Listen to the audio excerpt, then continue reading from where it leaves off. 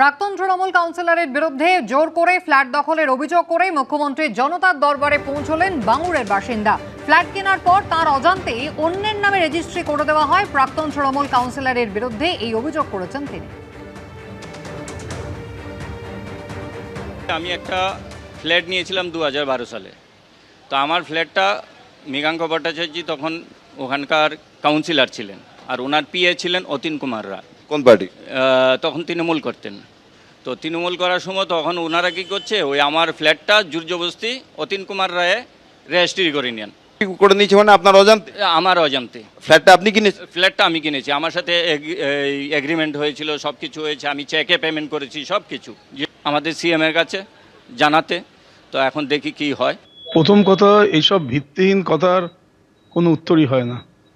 আমি 12 সালে কাউন্সিলর ছিলাম, আমার টাইমে কত লোক কত ফ্ল্যাট নিয়েছে তা জানা আমার কথাও না।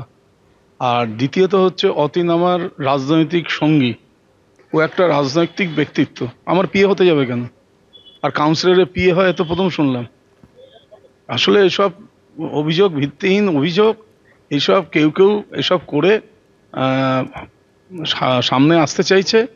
তো আমি মনে করি এসব মানে একেবারেই অবান্তর এবং ভিত্তিহীন কতগুলো কথা।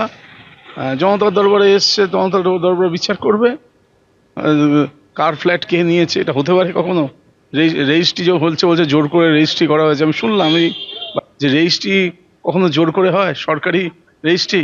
সব ভিত্তিহীন কথা, এসব কথা উত্তর দেওয়ার কোনো মানেই হয় না।